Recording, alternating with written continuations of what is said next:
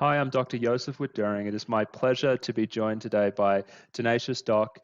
For anonymity reasons, we're using the handle Tenacious Doc because our guest he's a physician, he's a psychiatrist in training in India, and actually a PSSD sufferer. And so he feels passionate about getting knowledge out there about PSSD after his experience, and he has very kindly agreed to talk about his experience with PSSD. So, Tenacious Doc, I'm going to ask you, please go ahead and tell us what happened to you. Yeah, hi Joseph, and thanks for giving me this Yeah, opportunity and the yeah. platform to try to bring out my story and help others if it's possible in any way. So my story Hmm. begins with I actually had COVID. So I was doing duties during medical school, and that is when I first suffered with COVID. And after my first experience of COVID, I experienced chronic diarrhea. So that was one of the symptoms which persisted post COVID. So so all my other symptoms resolved. I had proper fatigue and all those typical respiratory symptoms, but those things resolved. However, the long diarrhea did not uh, end after COVID. So I was infected with COVID in around March 2021, and after a couple of months of having long COVID, I long COVID diarrhea basically, I had started SSRIs for a different reason altogether. So I had anxiety. I am a neurotic personality by nature, and also I also had certain obsessive ruminations at that point of time. So once I was done with my basic graduation, after that we have a period of internship. So during that time I had taken escitalopram just to get my anxiety under control, because I was initially planning to come to the States. So I had taken my step one, which which students take to Hmm. as a part of the USMD. You must be knowing what I'm talking. Of course. So yeah, so my that was Hmm. in my Yeah, I'm a Australian graduate. Was on the same path as you. Yeah, so Yeah. exactly. So I had taken my initial step one during my graduation. I was planning to take step two CK, and eventually I was planning to maybe shift to the United States and pursue my further education from there.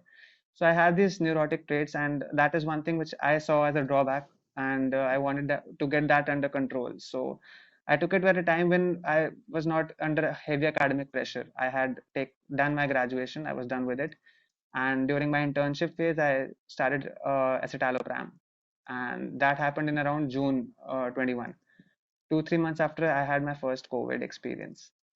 And after doing that, suddenly, even after the first or the second pill, my long diarrhea, which I had earlier mentioned, uh, just resolved on its own. Before that I had tried every other thing, but this was an unexpected thing, but I didn't put much focus or emphasis on that at that point of time. And even my anxiety and my obsessions, they drastically reduced.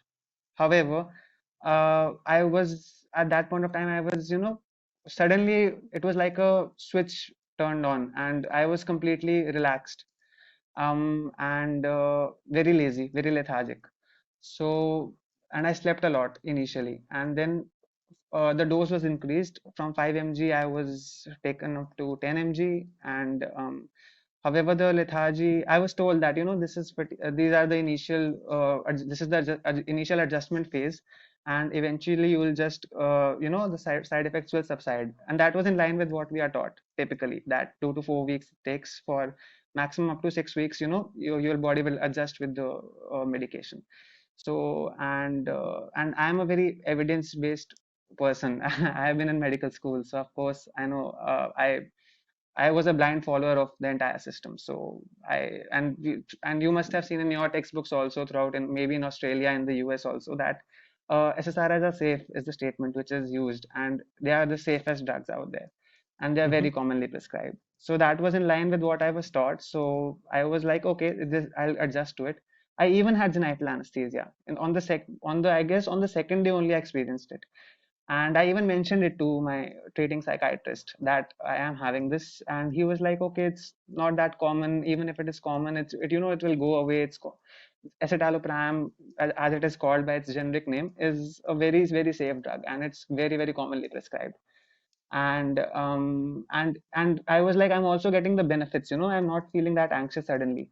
So he was saying that, okay, this could be placebo, because 1 or 2 weeks it will take for you to adjust from with the medication. So I was slightly skeptical, but I was like, okay, 2-3 weeks is a fair amount of time. So I was willing to wait for that amount of period. So I waited for that much amount of time, but things did not improve.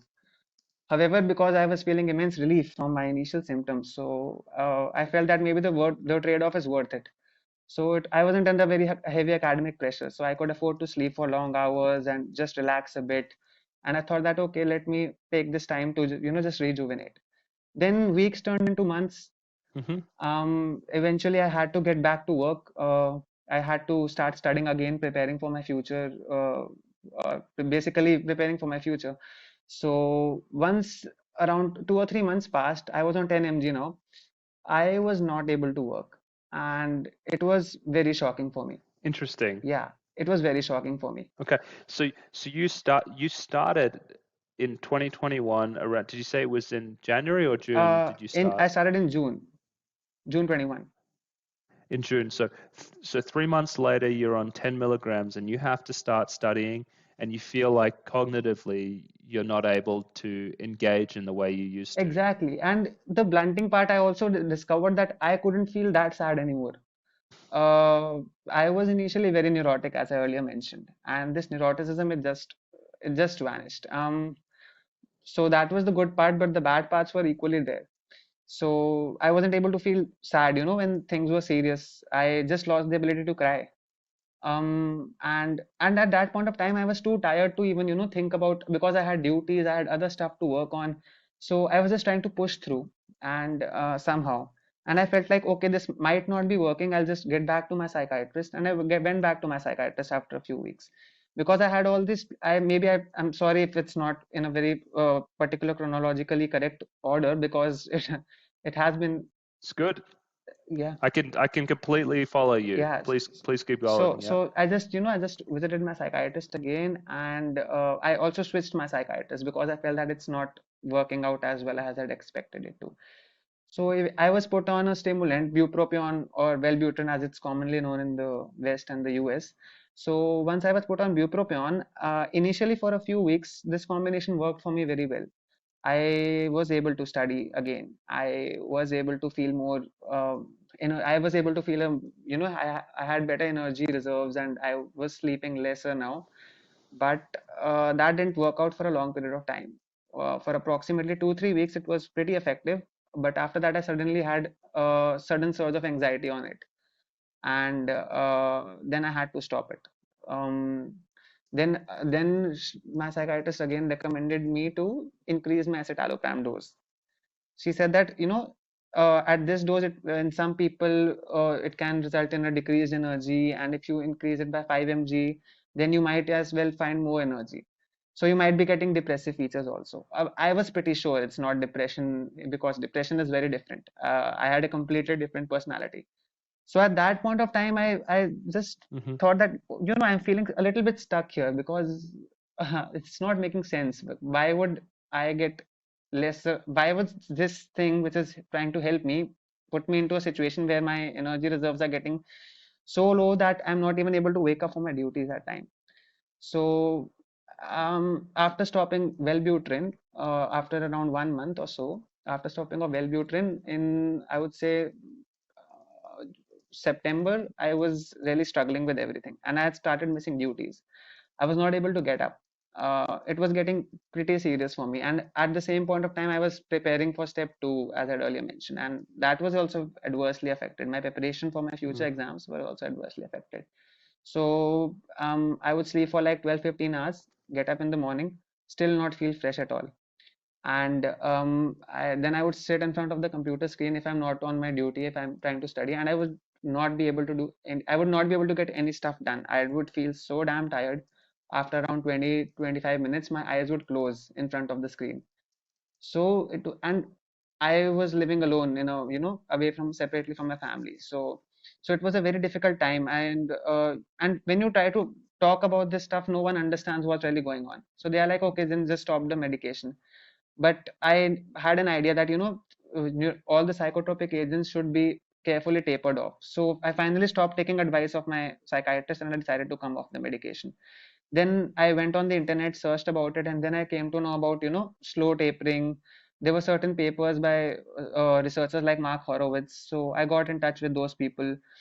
I tapered off pretty slowly. I guess I took 2 months, but I should have taken longer, but I couldn't afford more time. So because I was currently doing my internship, which is a hellish task in itself, and I had to prepare for the future. So I was like 2 months is sufficient amount of time. So I tapered off. It took me 2 months to completely come off the medication. In around November 21, I was completely off the medication. And but things did when I felt okay, I'll improve. It will take maybe a month max. After that, I'll get back to my work, and then I can plan for the future. So I thought, okay, let 2021 pass. Maybe 2022, I'll be able to get back into my original state, baseline. So that did not happen. The symptoms were shockingly persistent. I did not mention the entire plethora of symptoms. I can go with the entire list. So sexual symptoms were definitely Please. Yeah, let's. as soon as Yep. I stopped my medication, the sexual symptoms were decreased. I and but the other symptoms did not. For me, the cognitive, the emotional, and the energy levels were the most adversely affected. Um, as I earlier mentioned, the hypersomnolence or the increased sleep was was pathetic to deal with. Other than that, my concentration, I always felt that I had a very good concentration levels. My picking grasping power before this was pretty good, but my grasping power suddenly were not the same, and the short term memory issues, those were, they were very surprising to deal with, because I would do something and then I would lose track of it. I would hear conversations and it just wasn't the same. And uh, it's difficult to put in words. And also I had this weird sensation on my forehead. uh, this, as if there's something, it's a sensation, it's not a headache. And I've heard many people have this similar symptom. It was a weird sensation. And even my eyes, I used to wear spectacles. After that, I wasn't able to wear spectacles in the same way. My eyes were very dry, and it was a very weird sensation on my forehead and my eyes. So those were the purely neurological symptoms I could decipher in my condition. Other than that, my emotional flatlining, as I earlier mentioned, I wasn't able to cry during serious situations. So before this, I was a very hypersensitive individual, and once I got this condition, I realized that no, it was very surprising for me that the ability to, cry during serious situations, feel happy during moments of genuine happiness, those were affected. So there were events like there were birthdays, or there were maybe attending funerals of your closed ones. It didn't elicit that kind of a response. So even fear was blunted surprisingly. So uh, social anxiety completely went away. So even if I'm driving fast, maybe I'm driving a vehicle, and even if I'm driving it fast, I don't feel that fear, I could feel the palpitations, that Hmm. yes, I'm having a physical response. My hands would sweat, but I wouldn't feel it in my head. So, so it was very difficult to describe. And things which were so dear to me, reading, studying, uh, I was struggling. I had to drop my plans. I stopped pursuing my future education outside. And then I had a serious conversation with myself that what are my options now? So I had my Indian exam. I took it, and then I went into psychiatry because I wanted to see what's really happening. I had this curiosity, and I also wanted to help people like me who are in this situation. So Wow. yeah. Okay. So that's really interesting. What did you think you wanted to do before this happened to you? Initially I was aiming for internal medicine. I was pretty interested in medicine. Okay. Yeah. Yeah. So I always liked psychiatry, but I Okay. was So this completely changed exactly, you. exactly, Yeah. exactly. Okay. Well, yeah. Um, a couple more things I want to ask. Were you able to feel any joy, or was it just this kind of like no fear, no sadness, emotional flatline, just nothing, just in a very narrow range of kind of is was that how you would describe it? See, the absence of anxiety and the absence of the negative emotions in itself was very relieving for me. I was able to feel joy, but not that much amount of joy. And because most of the time Okay, I was very, very sedated and sleepy, so uh, you can say that yes, I was experiencing joy, but not till that extent. Genuine happiness wasn't there. Yeah. sure. And when you said you couldn't read or you couldn't study, was that because you had no like motivation or drive, or was it mainly because you were so damn tired all the time? No, How do you? both the things, because I'll Yeah. mention it later. I've also been on modafinil for short periods of time. So that drug, it increases the wakefulness, but it did not give me that kind of motivation.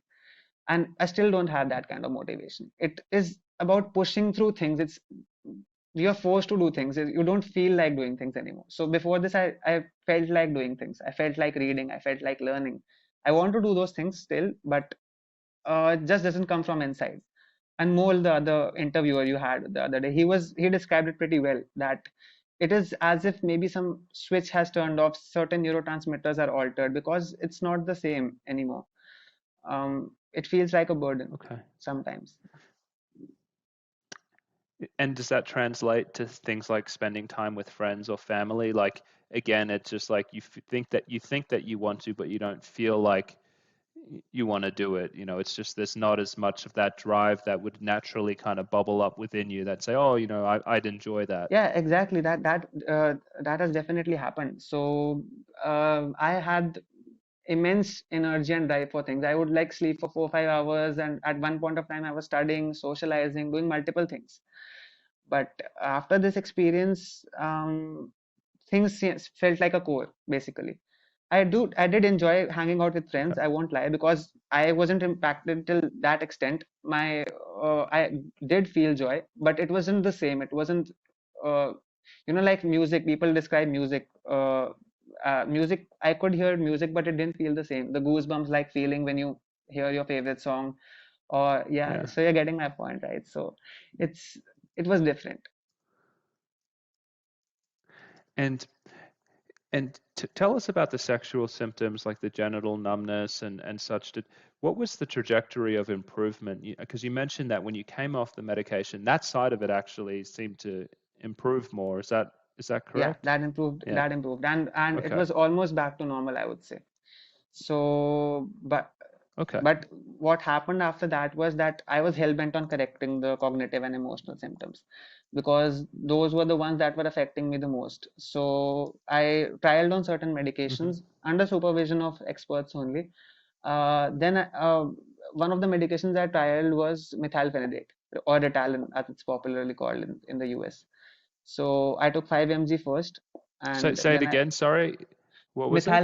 methylphenidate, Ritalin, Oh Ritalin yeah, maybe. Yeah, Ritalin. Yep. Yep. yeah, Okay. yeah. Ritalin. Yep. So because it's a dopamine, it increases dopamine basically. So that was because one of the theories is that we are hypofrontal because of the action on the 5-HT2C receptors. Dopamine decreases. So my aim was to increase dopamine. So I tried that medication. It's very popularly recommended also for uh, on many of the forums. So I started it, but that resulted in me developing those sexual symptoms.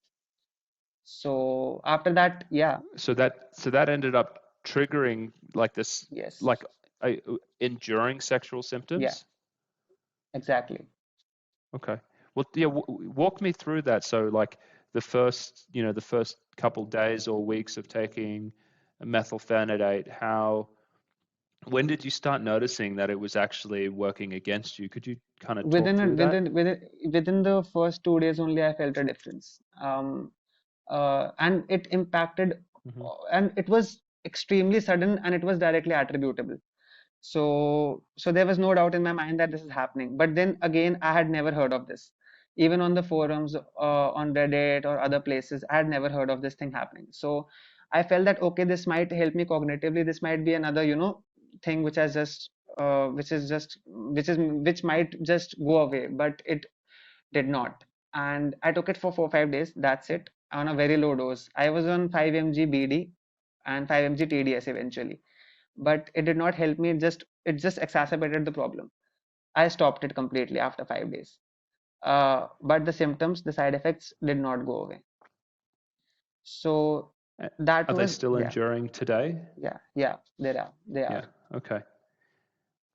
And is it just the classic constellation of the genital numbness, difficulty maintaining an erection, Yeah, muted or weak or non-existent orgasm, kind of all of that? Yeah. yeah, all of those things. Yeah. So all of those Okay. things are there. So Um, what are your thoughts? What do you think happened with the methylphenidate that reignited the sexual symptoms? I don't know. I imagine you've had time to think about it. I'd love to just hear your theory about uh, how something like that could lead to it. to be honest, it's a mystery to me because I tried to look up literature. I tried to find why this is happening, but I wasn't able to, pinpoint it to something. It was very bizarre. This entire experience has been very bizarre, and I couldn't point out a theory. I tried hard to look for it, and at this point, I really got hopeless with this entire, hit and trial thing. Because first I tried Yeah. supplements, L-tyrosine, Alcar, uh, and then I was taking an approach from a lower to a higher risk.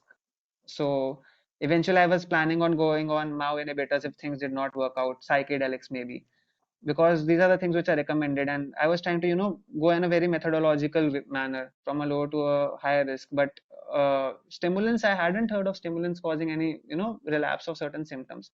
So my theory, what I Me understood is neither. that something in my biology has been altered in people of PSSD, has been altered once you take the medication, and that alteration stays because, and maybe it was masked by something, but as soon as I took the drug, it brought out these symptoms. So and it's difficult to explain it to anyone because it's so bizarre. Like you're sitting in my, like if I was in some other person's position, I was a doctor and someone came to me and told me all these things, I would also be like, okay, he might be, it might be in his head, or he might be delusional, he might be having some somatoformic disorder, or he might be having illness anxiety disorder, or what we popularly call as hypochondriasis. So there are so many things, there are so many labels, and you can be put into, you are at a risk of being labeled with, whenever you go to a physician and describe these symptoms, because logically they don't make sense, uh, according to our Well, current the interesting understanding. thing, and at least what I've noticed since, because I work with, I interview a lot of PSSD people, but the majority of my work is with people who have benzodiazepine brain injuries, essentially, and people who have developed protracted withdrawal from antidepressants. And they actually describe a similar phenomena. Some people, when they're in that state of protracted withdrawal or when they've recently recovered, they can get triggered by other CNS drugs. If it could be something like alcohol, it could be someone who uses some cocaine, or it could be someone that uses nicotine, or even caffeine sometimes. And so it's almost, when people get to the stage where their symptoms have resolved, instead of that being, oh, that part is recovered and it's good, you may have only gotten to a stage where your brain is barely compensating, it's barely rebalanced itself where those symptoms have gone away, and it's in this delicate balance. And then when you take this additional thing, it throws it out against, and that tech toxicity flares up again. And so that's been the kind of the way that I think about it, and this is kind of translated into the advice that I give a lot of patients. And this is not my advice, this is very common in the communities.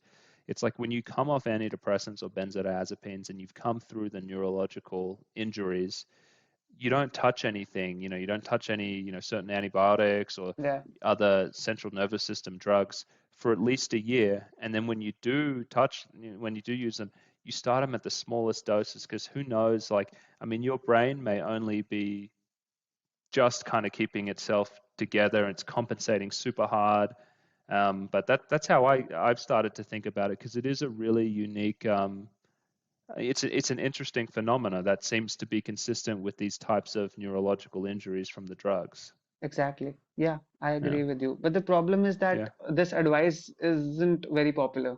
Like, our No. solution is always, trying to pitch in more drugs to deal with the damage or side effects of other drugs. So who knows what was the trigger exactly?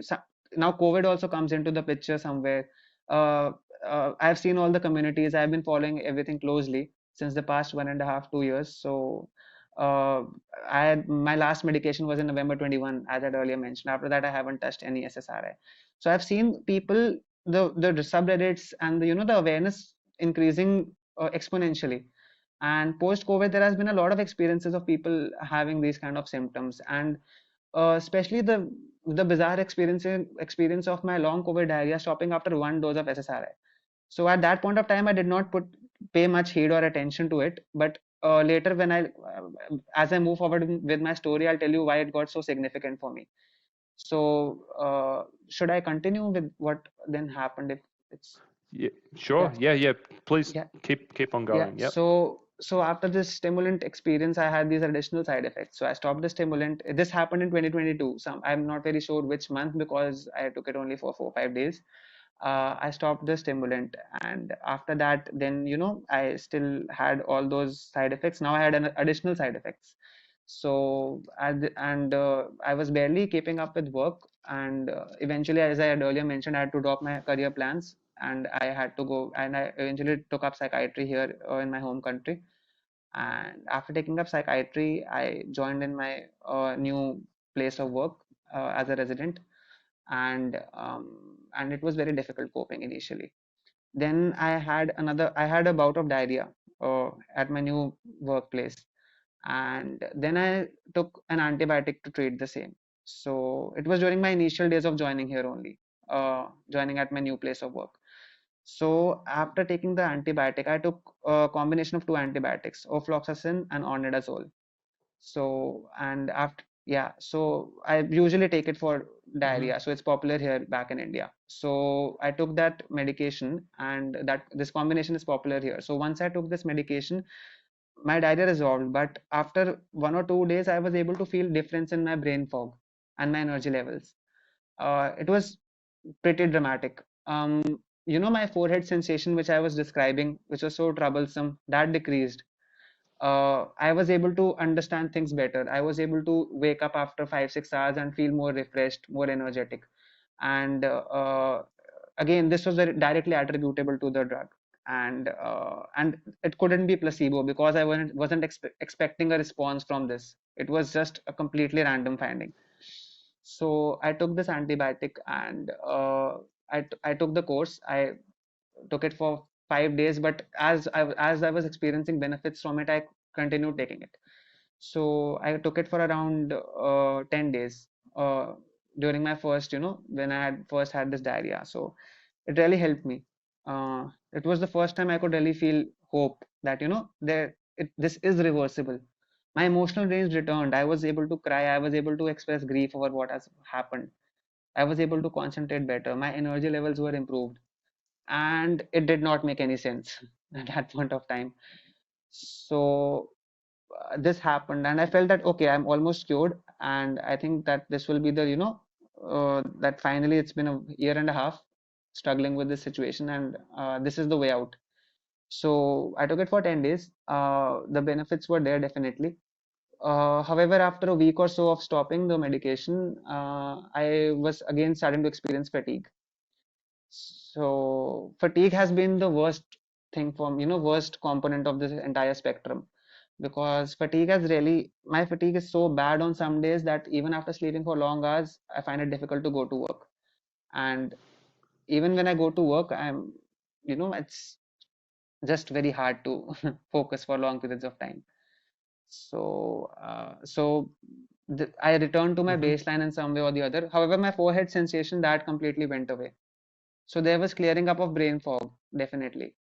And I also felt slightly euphoric on the medication.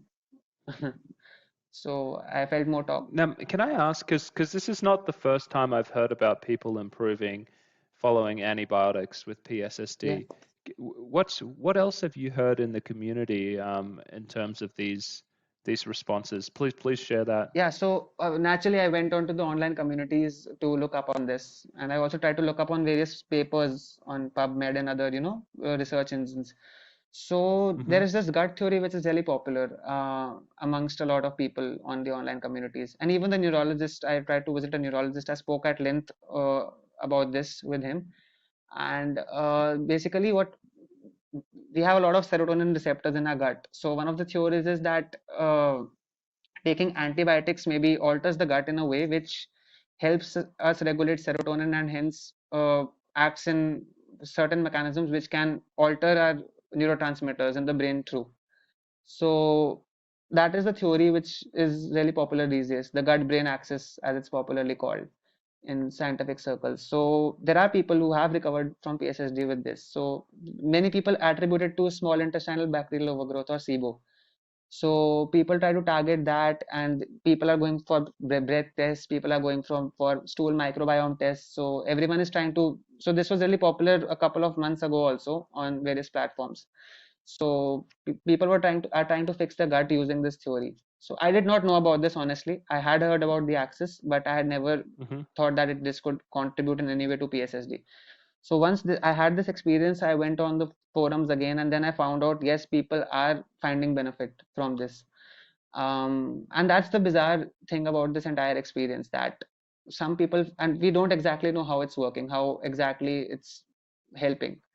Some people, not all, because there have been experiences of people taking antibiotics and not being affected by it at all. So, but for me, it definitely worked. Then I went to a gastroenterologist. I got a SIBO test done. I was positive. The breath test came out to be positive for me. I started rifaximin, which is popularly given for that. But sadly, the benefits did not persist for me. So, um, definitely, It's yeah, really interesting. yeah. Yeah. So, yeah, but some aspects, Did you ever think about restarting ofloxacin again to see whether if yeah. I mean did you consider that? Exactly, Yeah. I did. I have tried ofloxacin around the combination medication 5 times till now, and it always leads to a benefit. All the benefits are always there whenever I take it, in terms of energy, in terms of my mood, in terms of my emotional range. So it's a very direct correlation for me. That's interesting. And what's the combination? It's ofloxacin and onidazole, 200 plus 500 mg, and I take it twice a day. Okay. But unfortunately, Okay. you can't keep taking an antibiotic. It has its own side effects in the longer run. So, so it's a very difficult choice when to not, take it and when to take it. It's really But it is an option. yeah. It definitely is an option for some people. Why why do you think that that works and rifaximin doesn't work? I don't know, honestly. Yeah. 'Cause it's really interesting because I know some antibiotics have direct central nervous system effects, like for instance, things like doxycycline can have pretty notable, serotonergic effects, and I mean that might be an interesting thing to look in. I mean, does onidazole or fluoxetine, have any actual central nervous system No, effects? Because there there are research that would papers. be There interesting. are research papers that pointing out that yeah, Yeah. metronidazole can even induce mania in certain amount of certain genetically susceptible individuals. So there is some science behind it, I'm pretty sure, but we at this point of time we don't have enough evidence to exactly pinpoint why it's happening. Um, Cool. Yeah.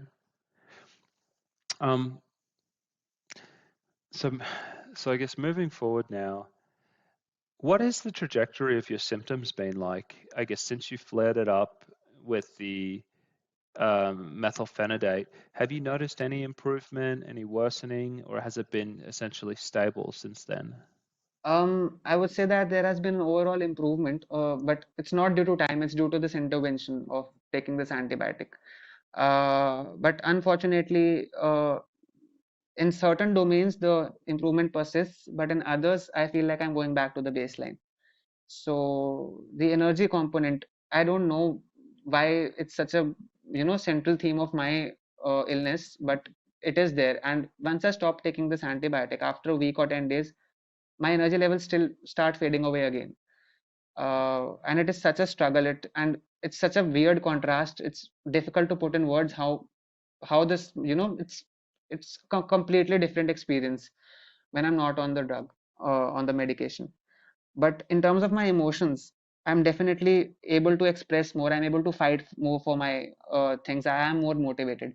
Right now, this is me being more expressive. I was able to get more expressive. I was able to pinpoint these things out. I am doing this because I have some amount of emotions with me after taking the antibiotic. Before this, I was too Hmm. tired to comment on anything, too apathic, and too, uh, I had a lot of anhedonia before this. So yeah. So there's a little bit more motivation and drive to do things. It's breaking through. Okay.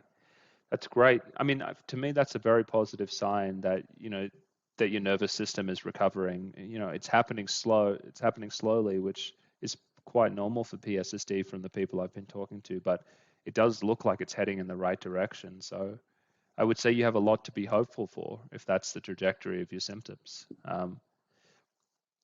The other thing I want to ask you, which I think is, I'm really curious about what is it like being in a psychiatry training program where, I imagine that it's probably, I don't know, I'm imagining it's med heavy. I know mine was very med heavy. You may tell me otherwise. What is it like kind of going through this training, being aware of, having PSSD and I guess at least in the US, antidepressants are a first line treatment option and everyone gets put on them usually after very short visits. I don't know if you see the same thing and if it's very hard for you to kind of I don't know, on the one hand, like I know what it's like to be in a residency and have these thoughts. It's like it's almost easier to keep your head down because you're kind of here to learn. You're kind of here just to get through it. But I wonder if you also feel like conflicted about the things that you see around you while you're in training. I was wondering if you could tell me a little bit about that. Um, yeah, see, actually, first of all, answering your first question, yeah, definitely. There are short interviews. There's a lot of patient load here back in India, and antidepressants are very, really commonly prescribed. There's no two ways about it. So you just need a 5 minute or 10 minute interview to start a medication. So that definitely is there, no doubt about that. And as far as the prescribing rates are concerned, those are skyrocketing. That is also there. And this uh, to be very honest, it is conflicting for me. And But I bet it is. yeah. It was very conflicting for me as well. Yeah, It is conflicting yeah, for me. But being yeah. giving my own perspective, keeping my personal biases aside, I have seen people actually benefiting from those two. It's just difficult to tell who benefits and who doesn't. Sure. So we don't have mechanisms right now. So to tell people that okay, this could happen with you. That is the part which is really heartbreaking in today's day and age. We don't know, and we can't estimate. And for those who get affected, although Yeah, there are a smaller proportion of people who get affected, but for those it's devastating. That's the message which is very important, that to give out, that yes, it could definitely help you in certain situations, but there is a small risk that things can get pretty bad for you too. And so you have to think twice, or maybe even thrice, before writing down a prescription.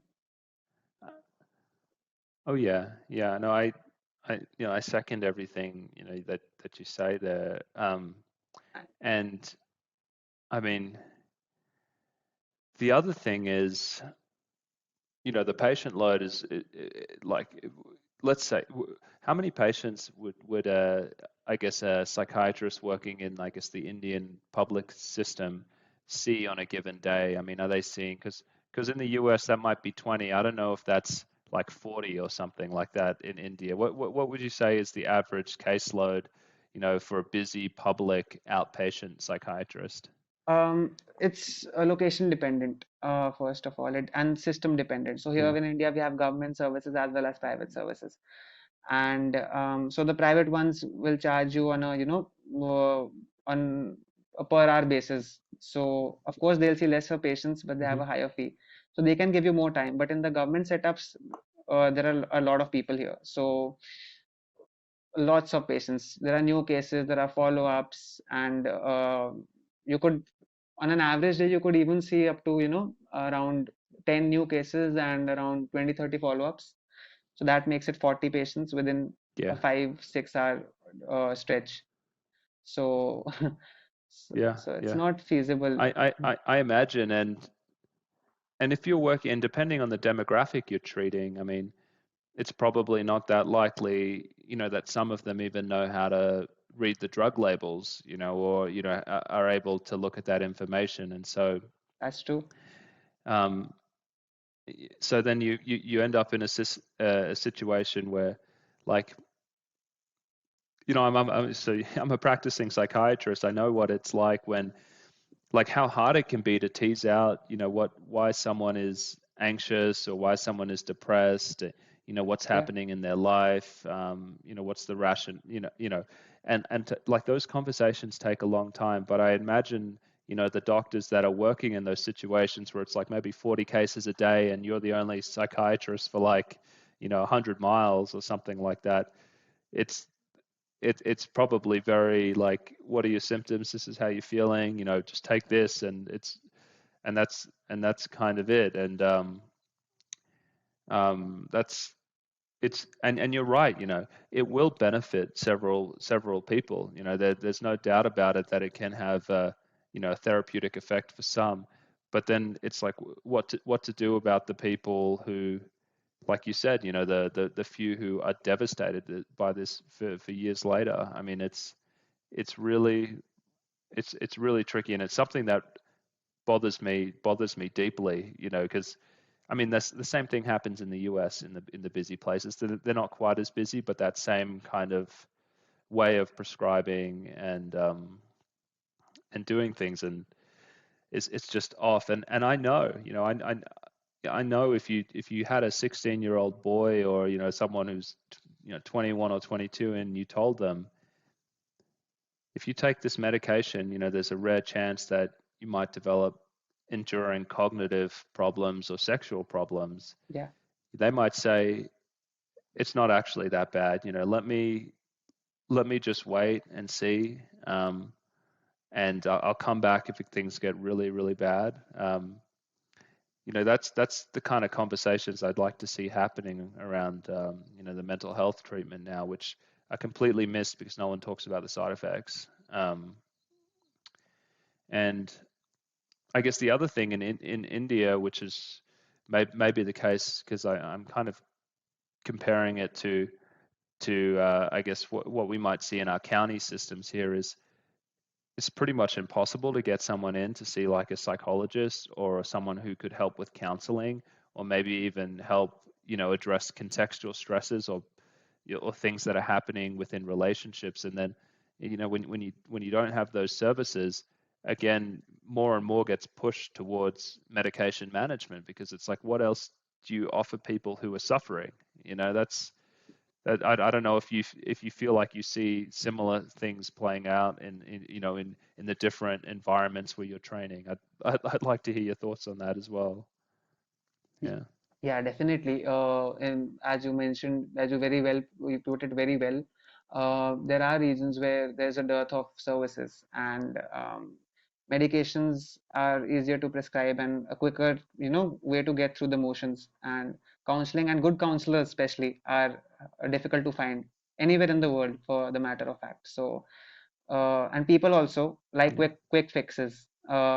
Everyone would like to save their time and their money, and everyone would like to, I mean, most people would feel that if a pill can help them, then why not? And we give the and it's a common analogy. You must have heard that, if you're diabetic, then you need insulin. Similarly, if you're deficient in serotonin, you need an SSRI to deal with those problems. So that messaging also contributes to people uh, trying to look for quick fixes. But it's not that simple, I feel. uh, and definitely. Do you feel like that those messages have like really permeated in India and the population? Because I know in the US, I mean, for several decades, we've had direct to consumer advertising, talking about mental illness and the cause of mental illness in a very biological way that really supports the use of medications. Do you feel like that's the same in India, where people they come to the doctor looking for a medical cure for, this medical problem in their brain? Is that the same? Has that been built up in the same way in India as it has in the US? Actually, we don't have direct advertisements. I'm aware that happens in the United States. But having said that, there are, cities and there are, rural areas. So in the cities and the metropolitan posh areas, of course, this messaging is there. It's pretty prevalent. So, Hmm. however, in the rural areas and the backward areas, this kind of thing hasn't permeated yet to the roots. So they believe in, more traditional approaches and not going for pharmaceuticals. So it's a very dynamic population here in India. So it's situation and area dependent, I would say. So yeah, Yeah. Well, I tell you what, we're at about time. I mean, I could talk to you for a million years about your experience in training, and and yeah, and maybe we will again. But I want to be respectful of the time difference, and I know it's pretty late where you are. So yeah, yeah. this might be a good time to end. Is did you have any final thoughts or any final things that you wanted to share with the audience Yeah. before we wrapped up? So yeah, two or three things which I really wanted to share before we wrap up. So first of all, I feel that yes, we don't have current situations in our hand, but we should be doing whatever we can with what we have. So we have people are coming up and videos are coming up. People like you are taking the initiative to bring these things to the forefront, and I really applaud you for that. And similarly, I applaud many other people. PSSD network was one of the initiatives which came up during this time when I was going through this. And then we had this photo campaign idea that blew up, and that is how I thought that that was the the needle which broke the camel's back, and eventually it set things in motion. Now PSSG network has expanded a lot, and now even videos are coming up. Then there are people like you who are bringing awareness on YouTube. So I feel that people need to come up, they need to come forward, and people have limitations. I have my own limitations, but you have to do your bit because no one else is going to fight your battles. So come out with your stories, try to donate to research, um, try to do whatever you can. One of the things I did was I print out my, all the research papers that have come up in the recent years, and I take those to psychiatrists, neurologists, any person who I am taking advice from. That actually helps in bringing out conversations, because being hostile towards it, being miserable about this condition will not help you, will not help you in any way. So my message out there is that to the masses is that you need to really try to do whatever you can, and every small step counts, and that is how science progresses. So it's my honest, request to everyone out there to Yeah. do their best. Yeah, It it is.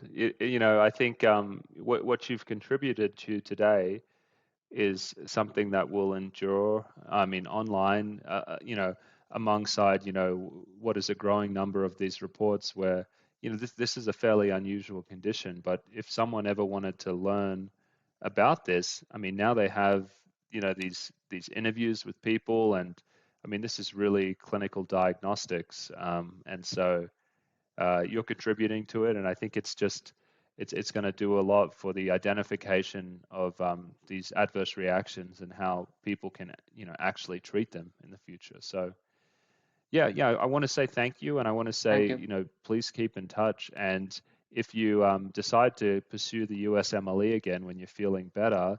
And you come to the US, I'm going to open up a hospital one day for adverse reactions, psychiatric ones, and you should let me know because I Yeah. think you'd be perfect.